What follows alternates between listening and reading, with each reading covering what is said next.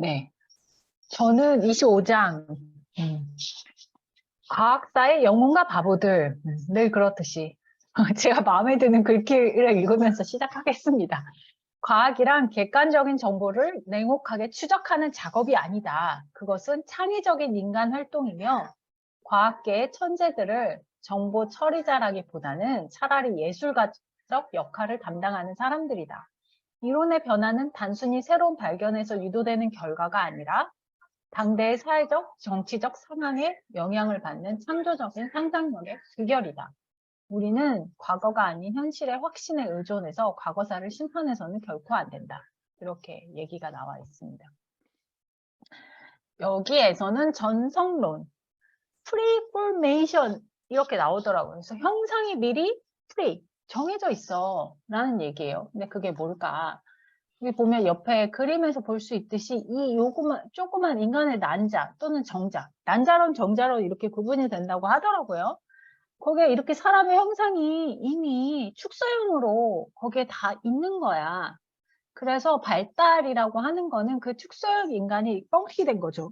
성장하는 거다. 이렇게 얘기를 하는 게 전성론입니다. 이게 18세기 때 되게 만연하던 그 대세였던 이론이라고 하더라고요. 근데 지금은 이제 말도 안 되는 거지만 어쨌든 전성론자들도 그러면 경험적 관찰을 안 했냐? 그건 아니래요. 잘했는데 그들이 주장하는 거는 겉에 보이는 거 그 뒤에 behind appearance 이렇게 나오더라고요. 그 외양의 이면을 조사해야 한다고 주장을 했어요. 그리고 그들이 주장하기로는 당대의 현미경이 이제 지금의 와 비교했을 때는 도구의 한계로 그 뒤에 있는 건 우리가 지금 관찰할 수 없는 거일 뿐이야 이렇게 주장을 합니다. 그리고 근데 정교한 축소형이 아닌 이제 그들이 관찰을 했으니까 훨씬 단순하게 생긴 존재가 난자 안에 있다. 그러니까 배아의 모습과 성체의 모습은 완전히 유사하진 않아 이렇게 얘기를 했어요.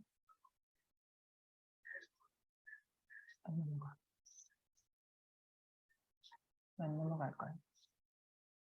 왜? 말은 끝났어. 별로 한 것도 없는데. 그래서 그들이 그러면 이 배아 안에 모든 게 담겨져 있다라는 모순을 어떻게 설명했을까라고 하면 이 전성론을 마트로시카의 인형으로 비교를 하더라고요. 그 안에 까보면 똑같은 애가 또 있고 또 있고 또 있고 이렇게 러시아 민속 인형이라고 이제 설명을 하긴 하는데 그들은 어떻게 설명했냐면 이제 그 역사 그러니까 그 지구의 진화나 뭐 이런 거에 대한 것들이 다 발견되기 이전이었으니까 세계는 몇천 년 동안만 존재했어. 그리고 앞으로도 몇천 년쯤 더 지속할 거야. 이렇게 믿은 거예요. 그래서 수백만 년이 아닌 훨씬 제한적인 세대만을 고려를 했고 그다음에 18세기에는 생물 크기의 하한을 설정하는 세포 이론이 존재하지 않았어요. 지금은 우리가 세포가 생물의 최소 크기라는 걸 알고 있었지만 그때는 물질은 무한히 분할될 수 있다. 이렇게 생각했다고 합니다.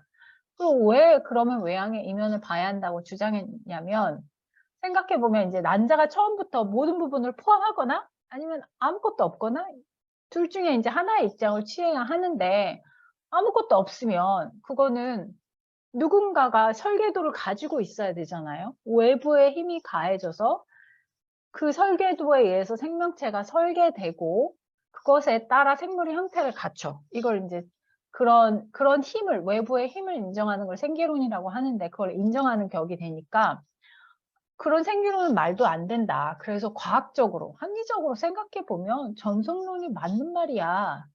이렇게 생각을 했던 거예요. 그래서 그때 당시에 감성으로 보면 감성을 이긴 이성의 승리가 전성론이었습니다.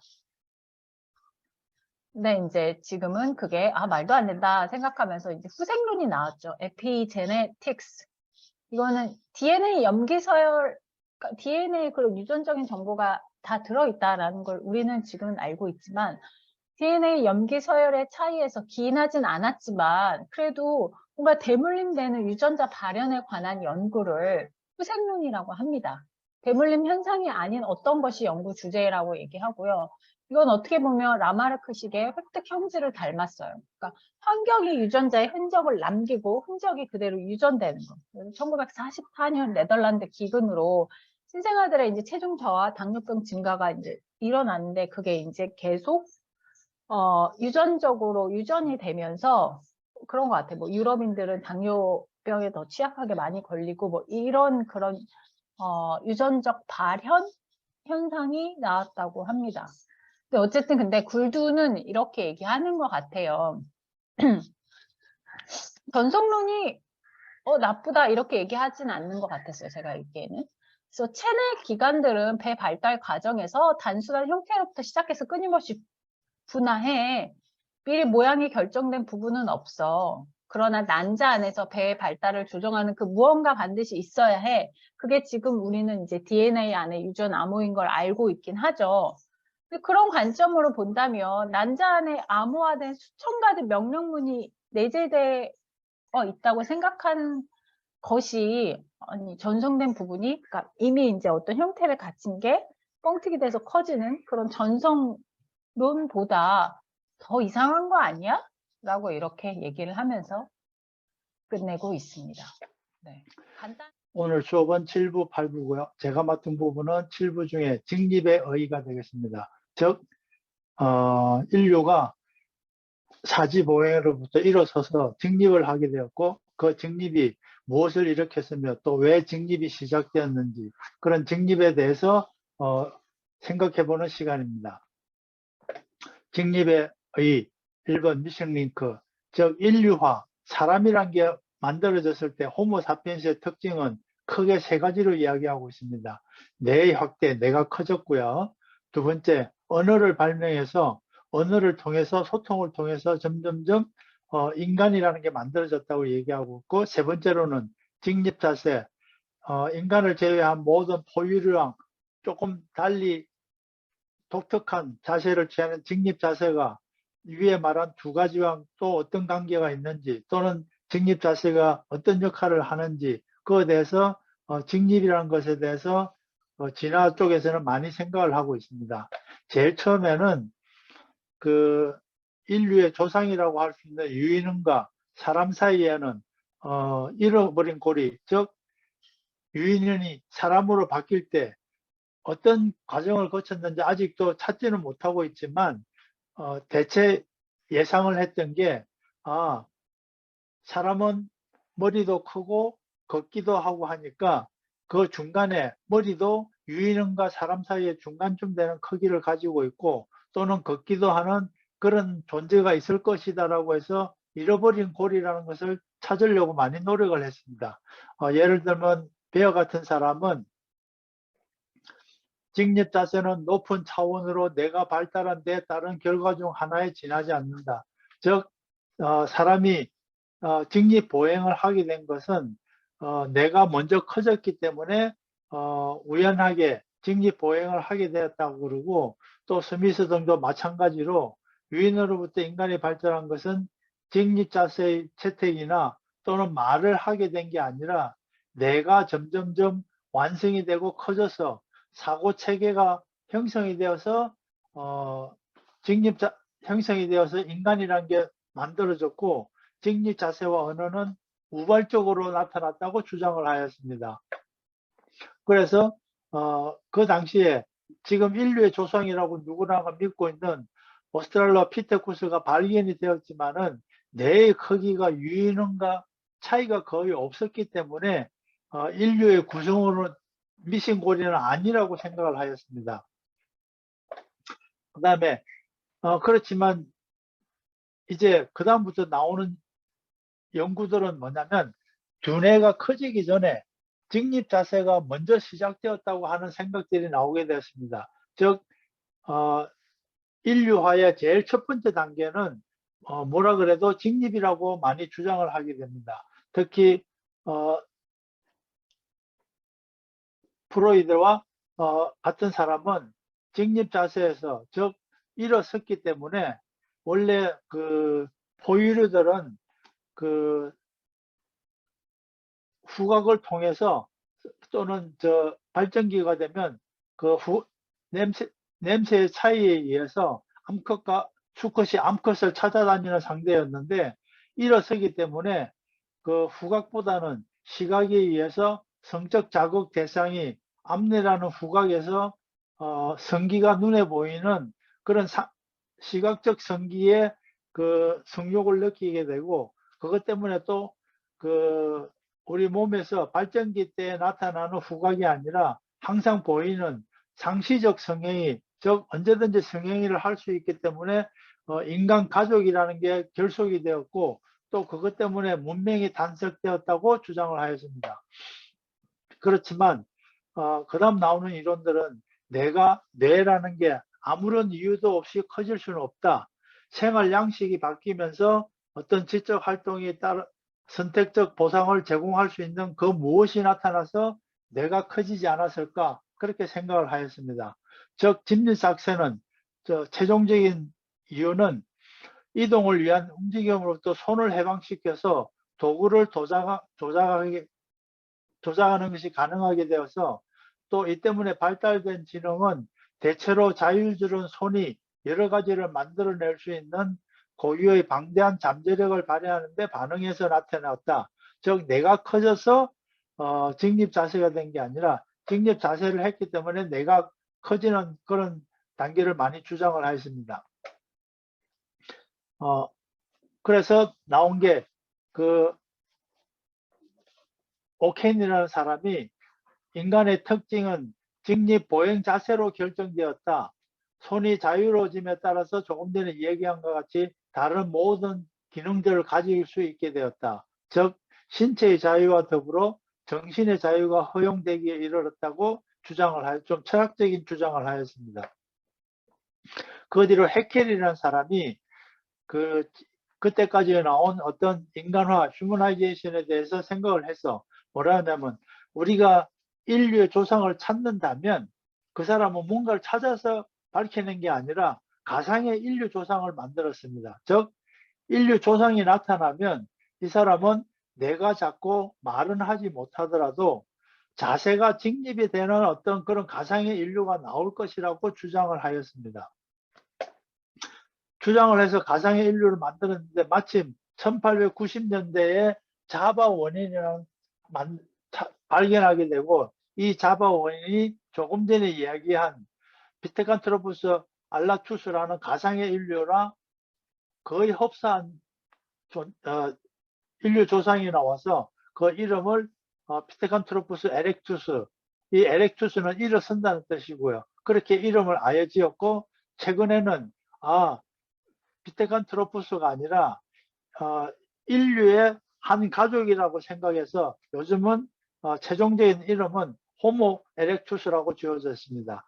호모 에렉투스의 특징은 직립보행, 즉 서서 보행하고 불을 사용하고 그 문화는 전기 구석기 문화라고 인정을 하고 있습니다. 또 하나 독특한 게 우리가 알고 있는 마르크스 엥겔주의의 공산주의의 창시자, 즉 엥겔스도 진화론을 굉장히 주장을 하였습니다.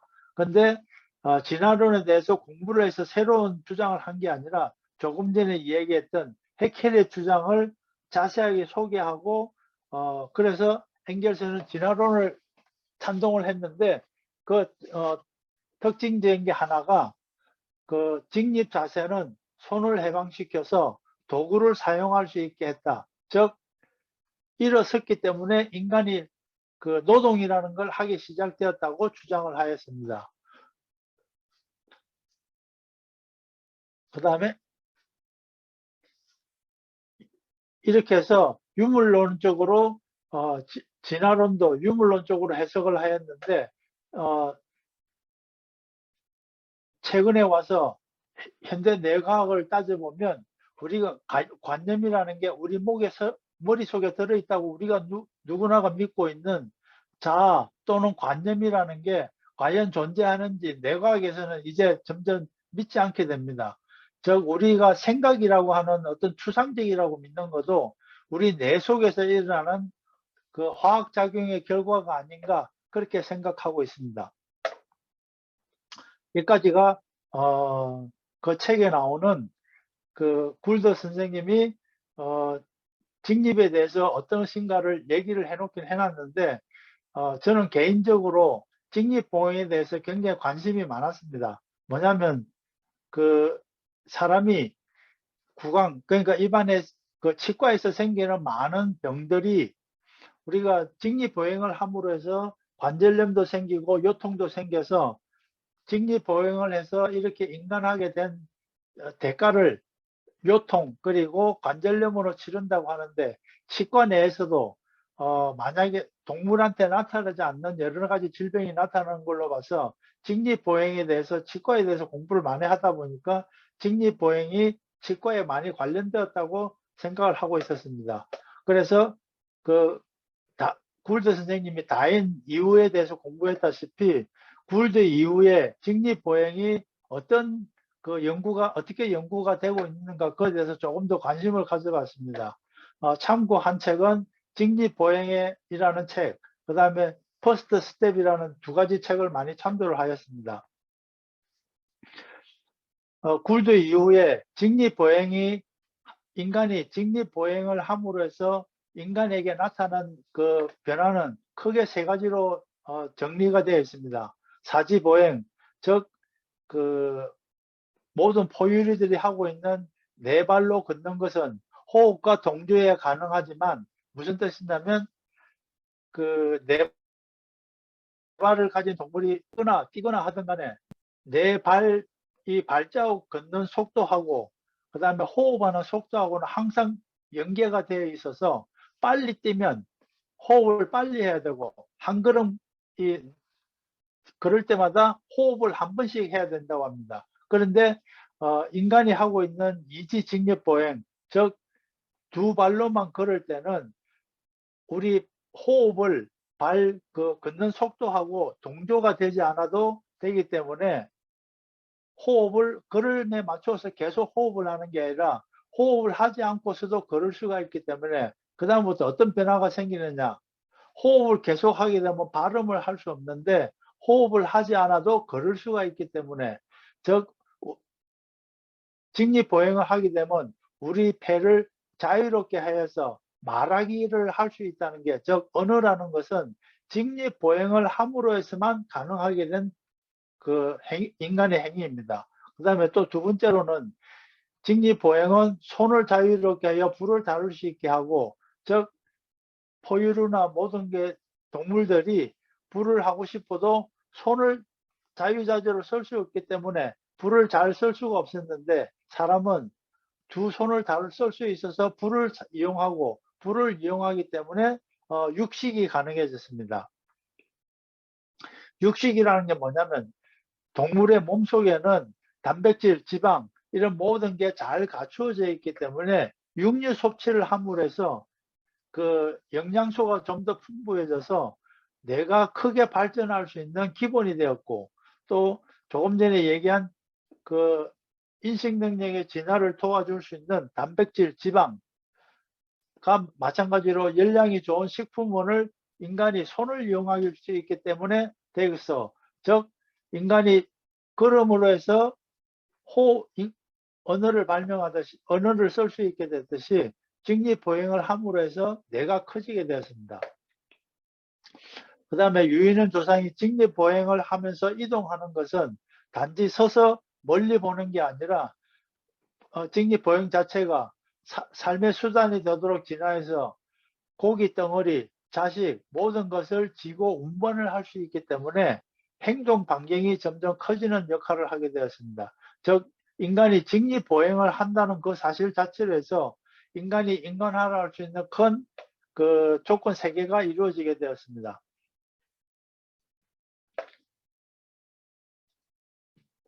그 다음에 직립보행, 우리가 침팬지라든지 유인원들도 직립보행을 하긴 하는데 사람하고는 조금 달리, 사람은 항시 두 발로 걸을 수 있지만 침팬지 등 이런 유인원들은 항시 직립보행을 하는 게 아니라 바쁘거나 급하거나 할 때는 사지보행을 하게 되고, 그 다음에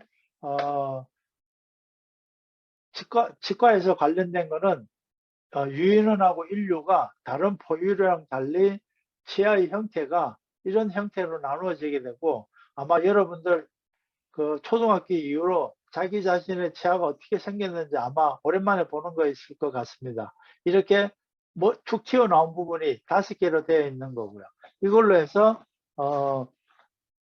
동물의 뼈 화석을 발견했을 때 과연 이게 그냥 단순한 포유류냐 또는 유인원이나 인류처럼 인간하고 관련된 존재이냐 따질 때는 이렇게 그 치아 형태를 보고 많이 알고 있습니다. 대신에 주발 보행자가 되고 나서 잃는 것은 조금 전에 얘기했듯이 요통, 그 다음에 관절염이 잘 생기고, 두 번째 일어서서 걷기 때문에 굉장히 안정되긴 하지만은 사람이 힘을 점점점 잃게 되어서 그 동물, 그 포식자가 되는 동물들하고는 좀 다른 형태로 진화를 하게 됩니다. 이런 직립보행은 인류 이외에는 펭귄하고 공룡이 이적 보행 동물이 되겠습니다. 그럼 결국 최종적으로는 우리가 자부심, 인간이라는 것에서 자부심을 가지고 있긴 하지만 인간이 가지고 있는 그 성능, 즉 지능이 출현한 것은 결국 두 가지, 직립보행을 하게 되고 직립보행을 함으로 해서 육식을 하게 되고, 이 두 가지 때문에 뇌의 용량이 점점점 커지면서 지능이라는 게 생겼다고 생각을 하고 있습니다. 그 다음에 직립보행의 기호는 조금 전에 얘기했다시피 인류, 즉 호모사피엔스의 특성은 뇌가 크고 언어를 쓰게 되고 직립보행을 하게 됩니다. 우리가 평생을 태어나서 죽을 때까지 그런 숫자는 평균을 내보면 약 1억 5천만 보가 되고 지구를 둘레를 3바퀴 돌 수 있는 거리라고 합니다. 그런데 꼭 하나 생각을 해야 될 게, 우리가 두 발로 걷는 것은 네 발로 걷는 것과 달리 두 발 중에 하나만 땅에서 떨어지는 순간 불안해지게 됩니다. 즉 사람이 걷는다는 것은 한 발을 떼는 순간은 언제든지 넘어질 수 있게 된다는 거고, 앞으로 약간 쓰러지듯이 해서 다음 발을 내밀게 되는데 장단점이 있습니다. 발을 들었다가 떨어뜨리기 때문에 체중을 이용해서, 중력을 이용해서 걷기 때문에 사지 보행에 비해서 직립으로 걷게 되면 굉장히 에너지 효율이 높아진다. 즉 똑같은 거리를 걸을 때 사지 보행보다는 이족 보행이 훨씬 더 에너지 소모가 적어서 사람이 멀리까지 갈 수 있게 되는 거고, 모든 포유류 큰 동물들을 놓고 볼 때 빠르게 달리거나 할 때는 인간이 성능이 썩 좋은, 빨리 달리지는 못하지만은 저 멀리까지 갈 때에 에너지를 제일 최소로 하고 할 수 있는 게 인간의 직립보행이 되겠습니다. 직립보행의 기원을 보면 도구의 사용, 이족보행 이런 것들 모든 게 직립보행으로 시작됐는데, 제일 처음으로 나온 직립보행이 어떻게 됐느냐 따져보면 오스트랄로피테쿠스 아프리카누스의 두개골 모형을 보면, 즉 침팬지 등과 같은 유인원들은 엎드려서 걷기 때문에 두개골에 대해서 척추가 약 45도 정도 밑으로 내려가고 있고, 즉 원시 인류가 되면 조금씩 일어서면서 인간이 되게 되면 사람의 머릿속에는 두개골로부터 척추를 내려가는 큰 구멍이 수직으로 되게 되어서 걷게 된 걸로 합니다. 즉 화석을 발견하게 되면 이런 두개골에 있는 큰 구멍, 대공이라고 그러는데, 대공의 각도가 어떻게 했냐에 따라서 진화의 속도를 측정하고 있습니다.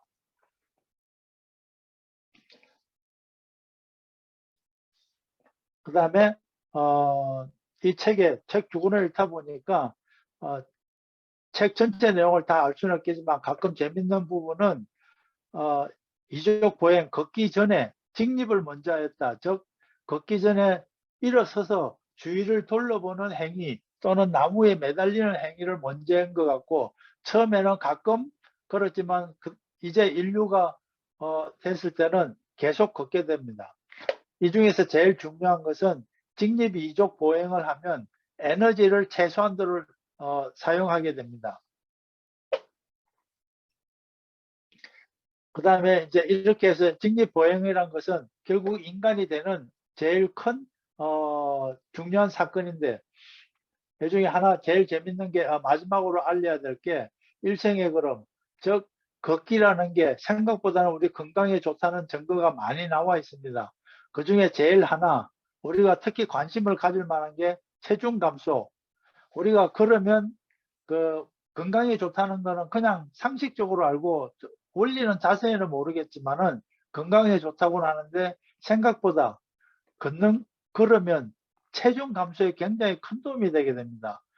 즉 뭐냐, 많이 걸어서 에너지를 소모해서 살이 빠진다는 뜻이 아니라, 인간의 보행은 에너지 효율이 크기 때문에 많이 걷는다고 해서 에너지를 많이 쓰는 것은 절대로 아닌데, 그래도 체중 감소에서는 굉장히 큰 보탬이 됩니다. 무슨 뜻이냐면 인간은 유전적으로 그 태어날 때부터 체중이 정해져 있습니다. 즉 그 대신에 포인트가 아니고, 인간이 많이 먹든 적게 먹든 최대로 살찔 수 있는 최대의 그 체중과 그다음 최소로 빠질 수 있는 최소의 체중이 딱 정해져 갖고 태어나기 때문에, 최대의 체중에 가까워지면 사람이 식욕을 줄어든다든지 모든 사람의 어떤 그 욕구나 이런 게 바뀌어서 평균 체중을 유지하려고 하는 쪽으로 바뀌게 되고, 그 다음에 체중이 어느 수준 이하로 떨어지게 되면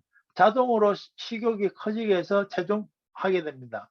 그런데 비정상적으로 병적으로 많이 먹거나 병적으로 적게 먹으면 물론 이 단계를 넘어가게 되지만은, 우리가 인위적으로 살을 빼려고 아무리 노력해도 요요 현상이라든지 이런 현상이 생겨서 살을 빼지 못하는 이유는, 사람의 체중이 어느 한계 이하로 내려가게 되면 기초대사량도 줄어들고 식욕도 생겨서 결국은 살을 빼려고 하는 모든 노력은 불가능하다고 할 수 있는데, 그러면 조금 전에 이야기한 대로, 그러면 우리 인간의 유전자는 어떻게 살이 많이 쪘는지 살이 적게 쪘는지 체중계도 가지고 있지 않을 텐데, 스스로 어떻게 사람의 체중을 조절하느냐, 그걸 연구를 해봤더니 최신의 연구는 사람이 일어서서 그 바른 자세로 이렇게 앉아 있을 때 척추에 주어지는 무게를 느끼기 때문에, 이게 항상 서 있으면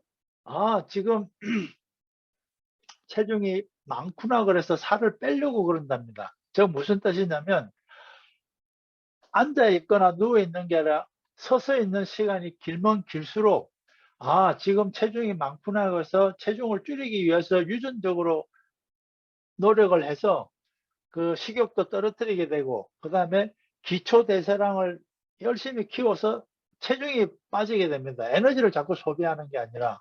즉 사람이 많이 걸으면 체중이 빠지는 이유가 에너지 소모를 많이 하게 해서 아니라, 기초 대사량이나 체중을 조절하는 그런 요소들을 다 변화시켜서 살이 빠지게 됩니다.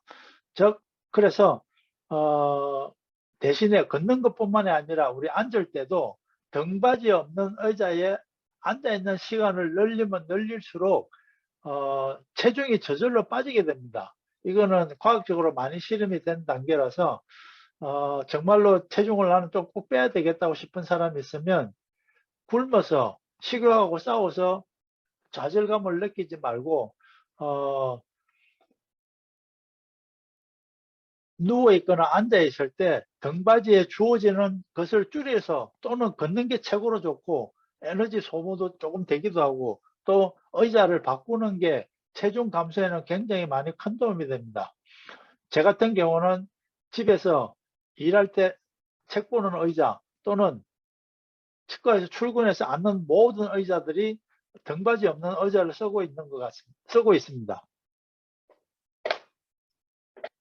자, 조금 전에 얘기했듯이 이렇게 그 직립보행이 좋은 점도 많지만은, 아까 조금 전에 얘기했듯이 직립보행을 해서 일어나는 게 척추 압박 골절, 무릎 관절 등 이렇게 많은 부작용도 직립보행 때문에 생겨난 거고, 오른쪽에 있는 그림은 정접 직립보행을 하게 됐는데 마지막은 어떻게 될지 아무도 모르는 것 같습니다. 우리 진화 얘기할 때 진화는 정해진 방향이 없다고 그랬던 것을 나타내는 사진 중에 하나인 것 같습니다.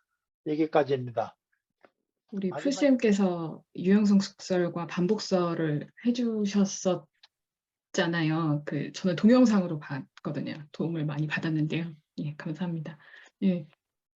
지금 이 장에서는 이 반복설하고 유형성 숙설이 인종차별주의에 어떻게 이용이 되었는가에 대한 것들인데, 그런 것들이 별로 과학적이지 못한 방법으로 인종차별주의에 이용이 돼서 여러 가지 문제가 되었다고 합니다. 그래서 우선 복습을 간단하게 빨리 하겠습니다. 반복설. 제가 몰라서 했어요, 그냥. 네. 개체가 태아기와 유아기의 성장 과정에서 조상들의 성인 단계를 되풀이한다고 합니다. 해켈이 괴 발생도를 자기 책에 냈었는데 이게 뭐 조작된 거라고 나중에 밝혀졌다고 하네요. 1995년에 사이언스지 발표가 됐었다고 합니다. 그러니까 실제로는 이 단계를 거치지 않는다고 해서 1920년대에 이 반복설이 몰락을 했는데, 그 몰락하기 이전까지 인종차별주의자들의 논리로 사용이 되었던 것이 반복설이라고 합니다. 그래서 백인 어린아이들이 하등 인종, 흑인을 얘기를 하는 거겠죠.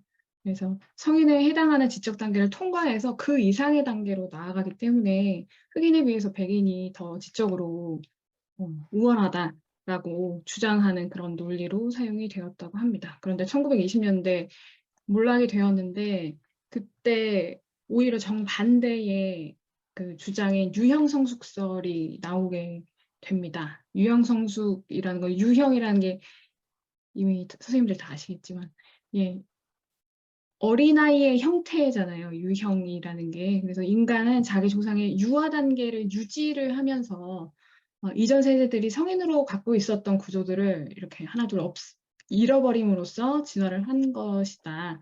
그래서 어려 보이는 방향으로 진화를 했다라고 주장을 하는 것이 유형성숙설인데, 이 유형성숙설에서는 아까 반복설과 정반대로 유학의 특징을 보유하는 게 진보적인 것이다 라고 주장을 할 수 있게 된 건데, 그 대표적인 것이 저희 책 7장에 나와 있는 둥근 두개골, 큰 두뇌, 대후두공의 위치, 그리고 작은 털이 적은 신체, 이런 것들을 진보적인 증거다라고 주장을 했습니다. 그런데 오히려 이 전에 나와 있었던 반복설하고는 정반대의 주장인데, 이건 역시 유형성 숙설 역시 흑인 열등론, 그러니까 백인 우월론의 증거로, 논거로 사용이 되었다고 합니다. 그래서 근데 이것이 과학적이지 못한 이유는 조금 이따 반박이 계속 나올 건데요. 근데 이것이 불도 선생님은 흑인이 열등하다는 뿌리 깊은 믿음 때문에 백인들이 억지 증거들을 편파적으로 선택을 한 거예요. 그러니까 수많은 증거들 중에서 자신들 입맛에 맞는 그런 증거들을 아주 끈질기게 찾아내서 이런 편파적인 선택을 하게 된 것이다. 그러면서 하시는 말씀이 여기 큰 글자로 나와 있는 인종차별적인 구분을 가능하게 하는 명백한 유전적 결정 형질은 이제까지 아무도 찾아내지 못했다. 그러니까 인종차별을 과학적으로 증명하는 그 유전적인 형질이라는 건 존재하지 않는다. 그 누구도 발견을 하지 못했다라고 굴드 선생님은 강력하게 말씀을 책에서 해주셨습니다. 과학적인 증거가 없음에도 끊임없이 과학자들은 과학적인 의견을 표출하고 있는 것이다 라고 주장을 했는데요. 굴드 선생님은 이러한 행위들이, 그러니까 증거가 없는데도 과학적인 의견이라고 얘기하는 행위들이 과학적 행위라고 보기가 어렵다. 이것은 오히려 정치적인 행위에 가까운 것이 아니냐라는 주장을 하셨습니다. 이 반복설로 다시 돌아가면요. 저희 제목이 반복설 관련된 거니까요. 반복설에서 꼭 언급되는 사람이 에른스트 해켈인데요. 이분도 여기저기서 많이 나오셨는데 제가 몰라서 정리를 해봤습니다. 이분은 찰스 다윈의 진화론을 대중화시키는데 엄청나게 기여를 했다고 책에도 소개가 되어 있더라고요. 그러니까 독일 생물학자이자 동물학자, 철학자, 의사, 교수, 화가 그림도 엄청나게 잘 그리시던데요. 근데 예술가 굉장히 창조자에 가까우신 것 같은데 뭔가 과학적인 기반이 아닌 그러니까 조작 같은 것도 약간 하셨던 분인 것 같습니다. 예, 생태학이라는 말이 이분한테서 나왔다고 합니다. 이건 되게 유명한 것 같고요. 북유럽 백인들이 인종 우월성 강조에 이 반복서를 이용을 했는데 이 해켈뿐만 아니라 해켈의 동료들이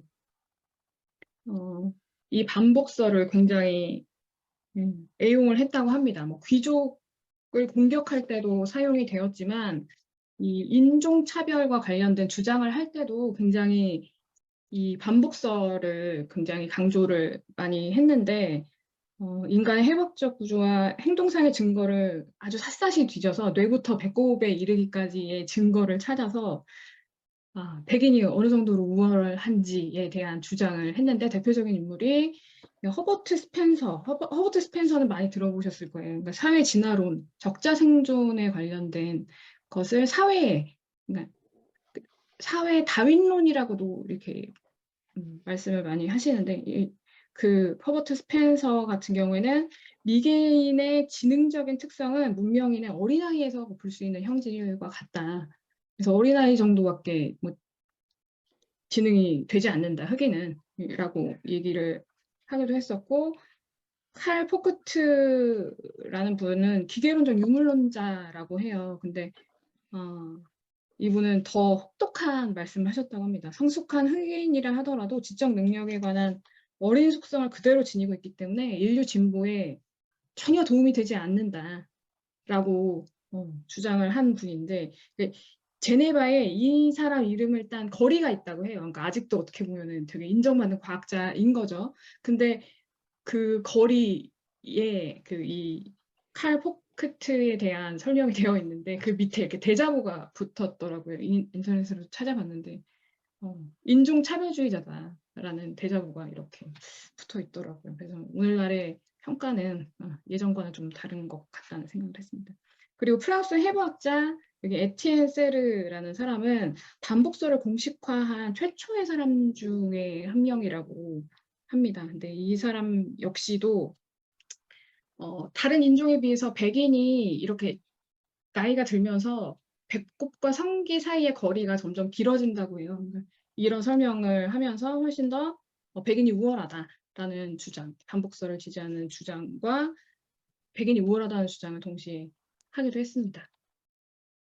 그런데 이 반복설이 사회적으로 이때 당시 어떻게 쓰였나를 봤는데 지금 여기 에드워드 드링커 코프라는 사람도 이전에 설명했던 사람들과 비슷한 그런 반복설을 통해서 지금 차별적인 발언을 지금 하고 있고요. 그리고 이 반복설이 범죄인류학에 굉장히 많이 사용이 되었다고 합니다. 이 다음 장에 나오는 내용이기도 한데요. 불량한 백인들을 유전적 지진화로 낙인을 찍고 이들이 아프리카인이나 인디언 성인하고 이렇게 비교를 했는데 오히려 백인 범죄자들이 만약에 북아메리카 인디언의 부족의 일원이었으면 이들이 거의 부족을 빛내는 가장 우월한 사람이었을 거다라는 정도의 이런 발언을 하기도 했습니다. 근데 이게 반복설이 이때 당시에 쓰였던 가장 큰 역할, 가장 지대한 역할은 제국주의 정당화하는 데 논리로 쓰였다는 부분이었습니다. 그래서 지금 여기 나와 있는 키플링이라는 작가는 정글북이라고 들어보셨죠? 정글북 작가인데 정복당한 원주민에 대해서 반은 악마고 반은 어린애다 이런 표현을 쓰기도 했었고요. 그러니까 강대국이 약소국을 침략하거나 아니면 소수민족을 침략할 때 이런 논리로 사용이 되었습니다. 그리고 일부 그 반차별주의자들 같은 경우에는 약한 민족을 쳐들어가는 게 이게 타당하지 않다라는 주장을 했을 때 원시인들은 자치가 불가능하다. 지금 백인 어린아이와 같은 지능 정도밖에 없기 때문에 이들이 자치가 불가능하기 때문에 우리가 다스려줘야 돼. 이런 주장을 하는 사람들도 있었다고 합니다. 이런 이론을 통해서 양심의 가책을 덜었다고 책에는 나와 있고요. 그리고 아메리카 스페인 전쟁의 시기에 이 스페인의 영향력 하에 있었던 쿠바와 필리핀을 지배하는 것을 놓고 이 두 나라가 싸운 것이 바로 1898년인데요. 이때 당시에 이 쿠바와 필리핀을 지배하는 것이 과연 맞느냐에 대해서 미국 내에서 굉장히 논란이 많았다고 해요. 근데 그때 당시에 목사이자 정치를 했던 헨리 클레이라는 사람이 하나님이 자치가 불가능한 인종을 창조하지 않았을 것이다라는 주장을 하기도 했거든요. 이 헨리 클레이라는 사람은 링컨과 함께 정치를 했던 사람이기도 한데요. 근데 이 사람의 주장에 대해서 조사이어 스트롱이라는 목사는 뭐라고 얘기했냐면 이 주장 자체가 과학적인 증명이 이루어지기 전에 나온 거다. 즉 이 반복설이 나오기 이전에 주장했기 때문에 이건 과학적으로 타당하지 않아 라는 주장을 하기도 했다고 합니다. 그러니까 이 정도로 인간 차별주의에 굉장히 큰 역할을 했던 이 반복설에는 굉장히 치명적인 결함이 있었다고 합니다. 그래서 결국에 사라진 걸 텐데요. 과연 사라졌는지도 지금 뒤에 보면 다시 또 살아나더라고요. 가속법칙이라는 게 있는데 조상의 성인 특성들이 그 자손의 유학의 특성이 된다면 그들 발달 과정이 개체 말기에 새로운 성장 과정이 더 이렇게 덧붙어야 되기 때문에 오히려 되게 빨리 초반에 빨리 성장을 해야 그 뒤에 여유가 생기니까 성인의 성질이 더 생기지 않을까라는 주장인데 이 반복설에는 기본적으로 보편적인 가속화가 전제되어 있다고 합니다. 그러니까 발달이 앞부분에 좀 빨리 일어나야 되는 거죠. 그런데 맨델의 유전학에서 오히려 이 속도가 뭐 효소나 이런 것들을 통해서 감속이 될 수 있다라는 주장이 나오면서 이 반복설은 결국에 사라지게 되고 그 인류가 대표적인 이 감속 현상의 대상이 되면서 결국에 1920년대 이후에는 유형성숙설이 더 인정을 받는 상태가 되었다고 합니다. 그런데 이 유형성숙설 같은 경우에 반복설과 정반대의 주장을 하고 있는 거기 때문에 이 반복설의 반대로 나온 이 유형성숙설의 증거들을 보면 너무 당연히 여태까지는 백인이 우월했으니까 이 주장이 지금 정반대로 이렇게 역전이 된 거잖아요. 그럼 흑인이 더 우월해라는 결론이 나와야 되는데 너무 희한하게도 반복설에서는 하등 인종의 성인은 백인의 어린아이와 같다고 얘기하고 유형성숙설에서는 백인의 어른이 흑인의 어린아이와 비슷하다. 그러니까 흑인의 어린아이보다 더 발달된 게 백인 어른이다. 라는 주장. 결국에 여기에서도 백인 우월주의, 그 다음에 유형성숙설에서도 백인 우월주의가 나타나게 되는 부분에 대해서 굴드 선생님은 이들이 똑같은 자료를 지금 주장의 근거로 삼는다면 정반대의 주장하고 있기 때문에 결국에 만약에 이들이 그 자료를 객관적인 해석을 했다면 하등인종, 흑인이 더 우월하다는 결론에 도달을 했어야 했는데 정반대의 주장하는 이 두 개 다 결국에 인종차별로 갔다는 거죠. 그래서 지금 유형성숙설을 주장했던 대표적인 인물인 브루크 같은 경우에는 백인종이 가장 뒤처져 있기 때문에 가장 진보되어 있다. 가장 유형이기 때문에 가장 진보되었다라는 주장을 하기도 했었고요. 이건 역시도 백인종이 더 우월하다는 얘기고, 그러니까 헤블 웰리스라는 그 영국의 의사이자 우생학자인 나중에 그 범죄 인류학을 했던 분인 것 같은데 여기에서도 역시나 많은 아프리카 종족의 어린아이들이 유럽의 어린아이들과 지능 면에서 별로 차이가 없다. 그런데 크고 나면 아프리카인들 같은 경우에 점차 우둔해지는데 백인들 같은 경우에는 어린아이와 같은 활기를 그대로 유지를 한다. 그러니까 결국에는 백인이 우월하다라는 주장을 이렇게 합니다. 그런데 이러한 과오가 이렇게 계속 이렇게 반복이 되고 이렇게 제대로 바로잡지 않으면 이렇게 비슷한 주장이 계속 된다는 것에 굉장히 우려를 갖고 계셨던 것 같습니다. 굴드 선생님은. 그 대표적인 예가 지능지수 IQ 논쟁인데요. 지금 오른쪽에 나와 있는 한스 아이젠크라는 독일 출신이면서 영국의 심리학자고 유전적인 결정론자, 그러니까 유전이 모든 것을 결정할 수 있다라는 사람인데 1971년이면 비교적 많이 오래된 것 같지는 않은데 예, 이분이 다시 이 유형성 숙소를 자기 주장에서 도입을 합니다. 이분의 주장을 보면 아프리카인과 미국 흑인의 유아들은 백인보다 감각 운동이 굉장히 빠르다.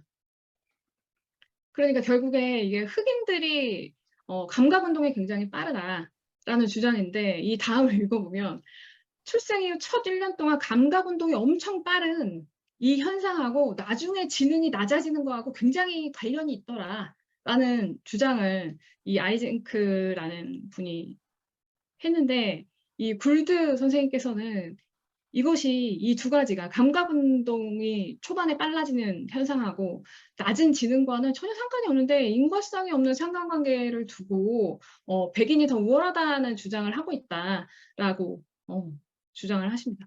지금 이 사람이 대표적으로 이야기했던 것들이 이 밑에 나와 있는 유아기가 연장되면 될수록 그 종의 인식력 또는 지적 능력이 심화된다는 지극히 일반적인 생물학적 견해가 있기 때문에 이와 같은 발견은 중요하다. 그러니까 결국에는 흑인은 초반에 발달이 빠르기 때문에 감각 운동이 빠르기 때문에 지능적으로 나중에 낮아질 수밖에 없다라는 주장을 하고 계십니다. 그런데 이 유형 성숙설을 통한 차별에도 굉장히 치명적인 약점이 한 개가 아니라 굉장히 지금 여러 개 나타나고 있는데 그 대표적인 게 여기 두 가지입니다. 첫 번째는 유형, 어린아이의 얼굴을 갖고 있는 게 그 어떤 나라 사람으로 보이세요? 가장 어려 보이는 사람이 어느 나라 사람으로 보이세요? 여기 나와 있는 사진 중에? 확실히 백인은 아닌 것 같고 흑인도 아닌 것 같고 동양 사람들이 비교적 조금 더 어린 얼굴을 갖고 있지 않느냐. 그러니까 굴 선생님의 대표적인 주장이 이거거든요. 그러니까 다른 책에도 이렇게 반복적으로 나와 있는데 지금 어린아이의 형태를 가장 많이 지니고 있는 건 백인도 아니고 그러니까 자기네들도 알지만 주장하지 않았던 거죠. 백인들도 훨씬 어려 보였지만. 근데 그 증거가 바로 뭐냐면 베트남 전쟁 때 1970년대 베트남 전쟁 때 10대 소년들이 그 총을 들고 싸웠다라고 이렇게 기록이 되어 있는데 알고 보면 그 사람들이 대부분 30대 아니면 40대였다고 해요. 이것만 보더라도 동양 사람들이 그러니까 황인종들이 훨씬 더 유형을 띠고 있지 않냐. 근데 만약에 유형성숙설에 따르면 황인종이 가장 우월한 게 돼버리는 거잖아요. 그런데 그런 주장을 하는 백인은 아무도 없다는 거죠. 그리고 두 번째는 여성이, 그러니까 남성에 비해서 여성이 훨씬 더 어려 보이고 귀여워 보인다는 뭐 이런 얘기가 있잖아요. 그죠? 실제로 그런가요? 네, 여성은 해부학상으로 남성보다 어린아이와 같은 특성이 훨씬 더 많다고 합니다. 이건 과학적으로 증명이 된 거고요. 근데 지금 1980년대에 이 앞에서도 나왔던 분인데 이 코프라는 분은 여성의 열등성을 말해주는 확고한 징표다. 이렇게 어려 보이기 때문에 열등하다라고 했던 이런 주장이 심지어 있었다는 거죠. 근데 이 유형성숙설에 따르면 여성이 가장 우월해야죠. 남성보다 우월해야죠. 근데 그렇게 주장을 하는 사람도 거의 없는데 이 헤블록 앨리스라는 이 우생학자 분은 비교적 그 우생학자 중에서도 온건한 쪽에 속했다고 해요. 근데 이분이 두 사실을 다 인정을 했다고 합니다. 그러니까 그렇다고 백인이 열등하다는 건 아니야 라는 주장이지만 두 사실을 인정을 했지만 이 사람이 나중에 어떤 얘기를 하냐면 이 27장의 가장 마지막 부분에 파우스트에 나왔던 15분이 있거든요.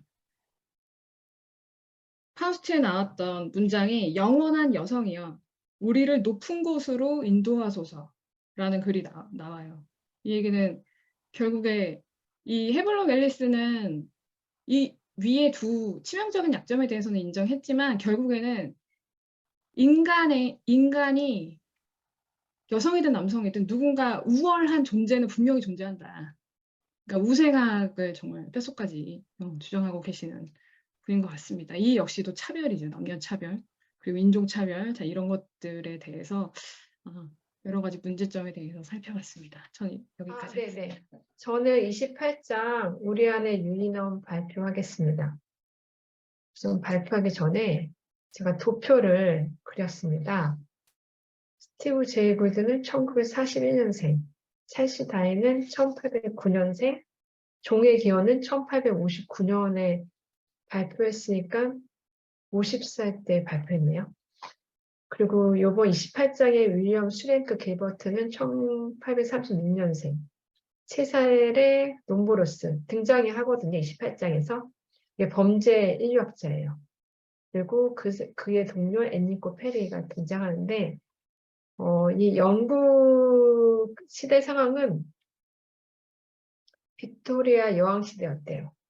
그리고 이때는 그 제인 에어를 쓴 샬롯 브론테가 있었고 작가로는 여성 작가로 오만과 편견을 쓴 제인 오스틴.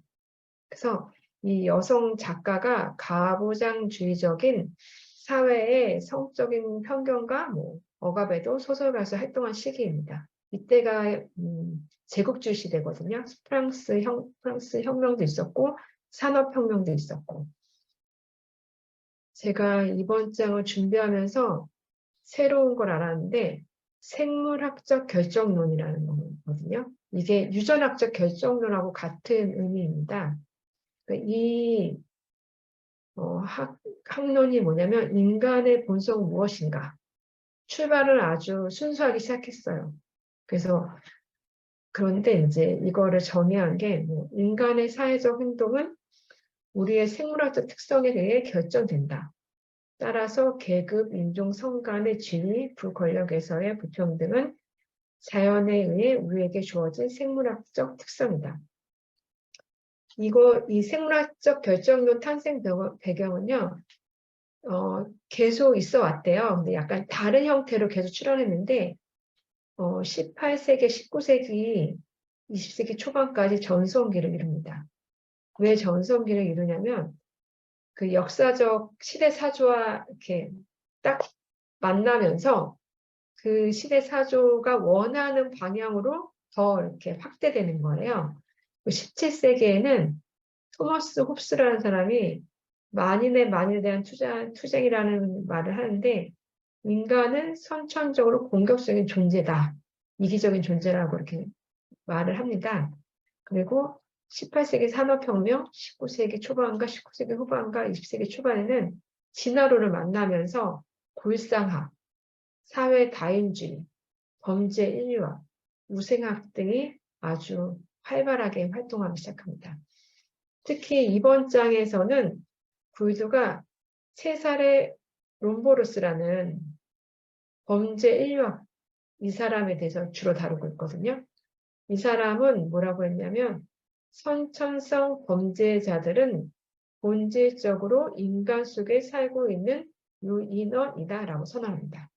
선천성이냐 그러니까 태어날 때부터 범죄자들의 본질을 유인원이라고 선언합니다. 그 이유는 진화론이 발생하면서 범죄자들은 이전에 진화된 단계에서 태보한 존재라고 명제를 깝니다.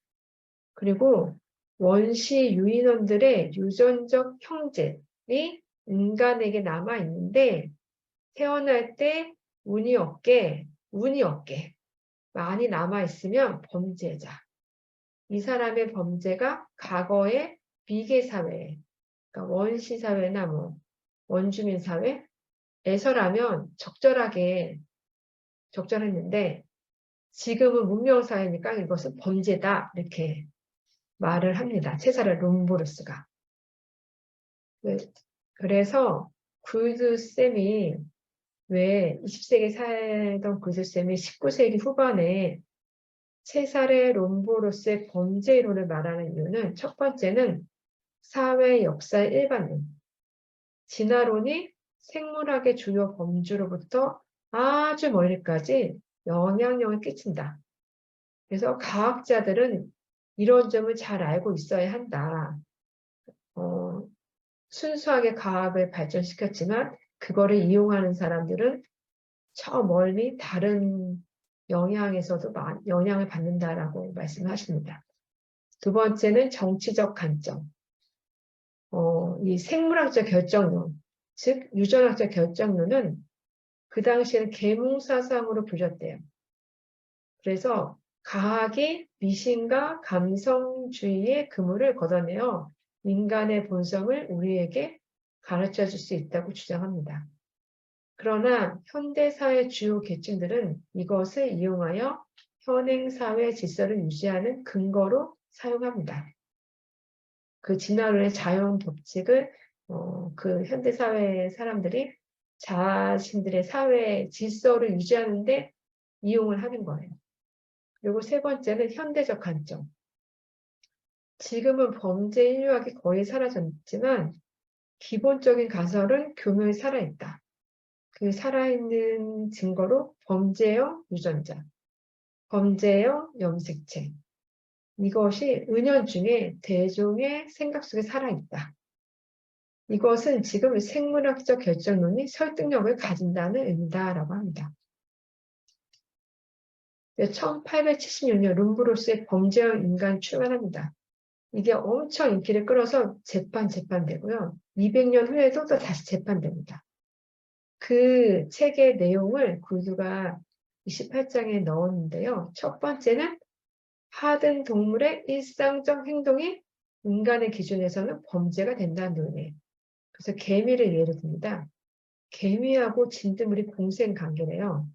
근데 진드물이 고집이 엄청 세나 봐요. 그럼 개미가 짜증이 난대요. 개미가 그 짜증이 나서 진드물을 잡아 먹어버립니다. 그래서 이거는 범죄다. 인간으로 기준을 봤을 때. 그들가 말씀하셨고요. 두 번째는 이 롬보르스가 감옥에 있는 그 범죄자들을 연구를 했거든요. 골사랑 뭐 그런 거를. 그 사람이 감옥에 있는 범죄자들의 신체적 특징을 관찰해 본 결과 원시적인 상태의 신체 표지를 징후를 발견합니다. 본인은 엄청 그 발견에 되게 큰 기쁨을 누린 것 같아요. 그래서 진화학적 과거로 되돌아간 태양형 형상이라고 규정을 합니다. 그래서 유인원적 특징, 긴 팔, 큰 엄지발가락, 사방으로 발달하여 물건을 잘 질 수 있음. 낮고 좁은 이마, 큰 귀, 툭 튀어나온 큰 턱, 제 턱도 나왔습니다. 남성의 가슴에 무수한 턴, 이 통증에 둔한 감각. 이게 이제 고릴라, 유인원이랑 똑같다. 그래서 유인원이기 때문에 범죄자가 선천적으로 범죄자이다. 이렇게 주장을 합니다. 세 번째는 이제 신체적 특징이 범죄자라고 명명했는데 세 번째는 그 사회적 행동, 이 선천적 범죄자의 사회적 행동도 역시 유인원 및 현존한 야만인과 연관이 있다라고 주장하면서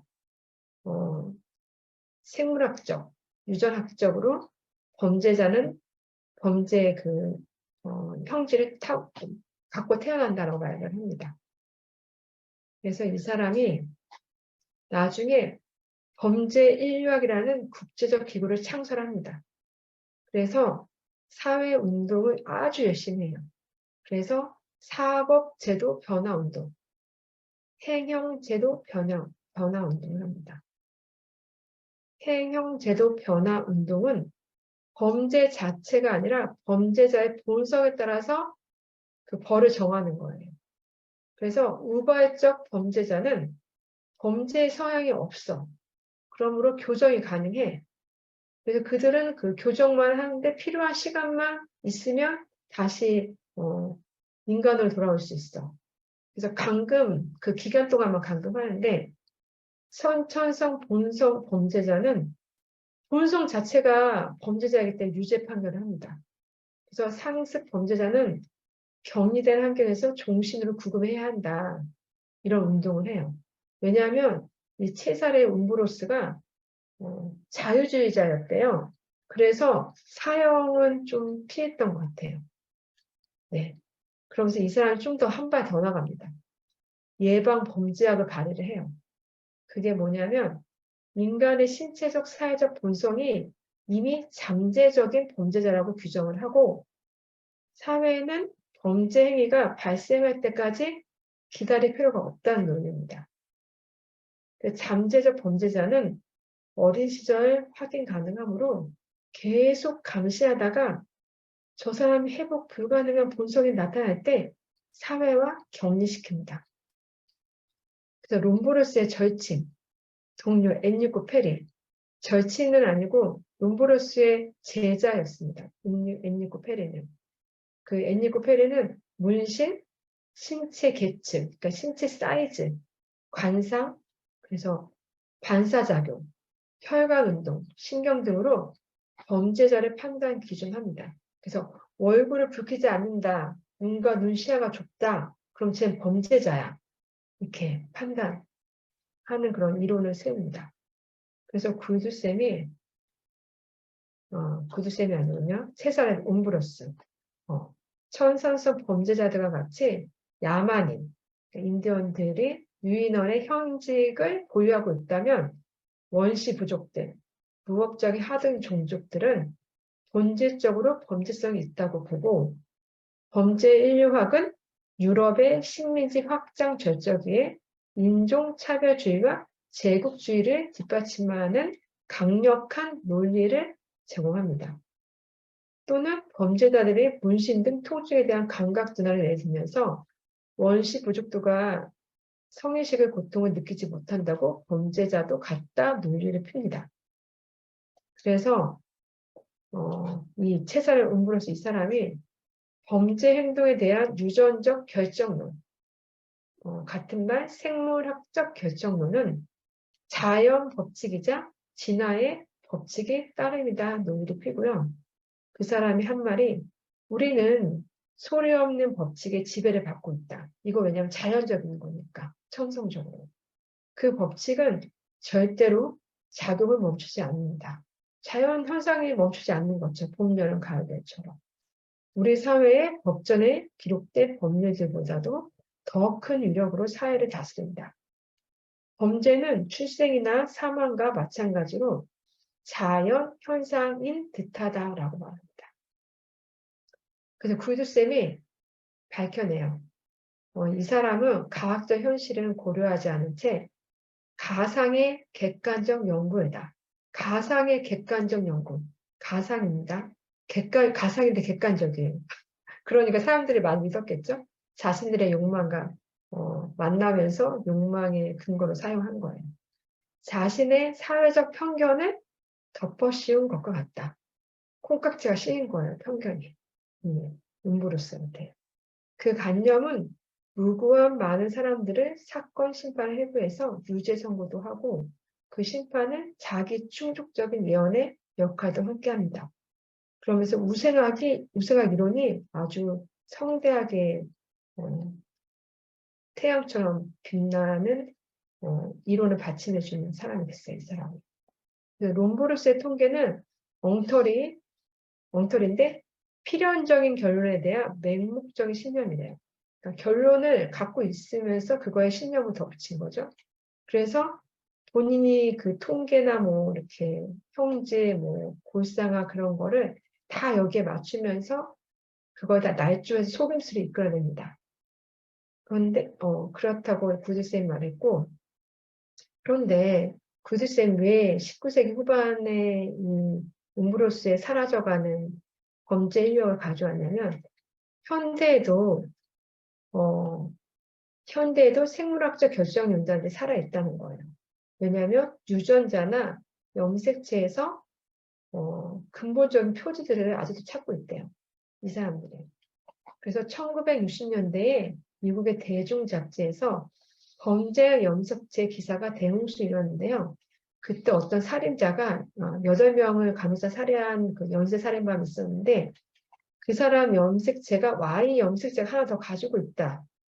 그래서 유전자 결정론자들이 남성은 여성보다 공격적인 성이 더 크다. 그게 왜냐하면 Y 염색체가 있어서. 근데 이 살인마가 2개의 Y 염색체를 가졌다고 말합니다.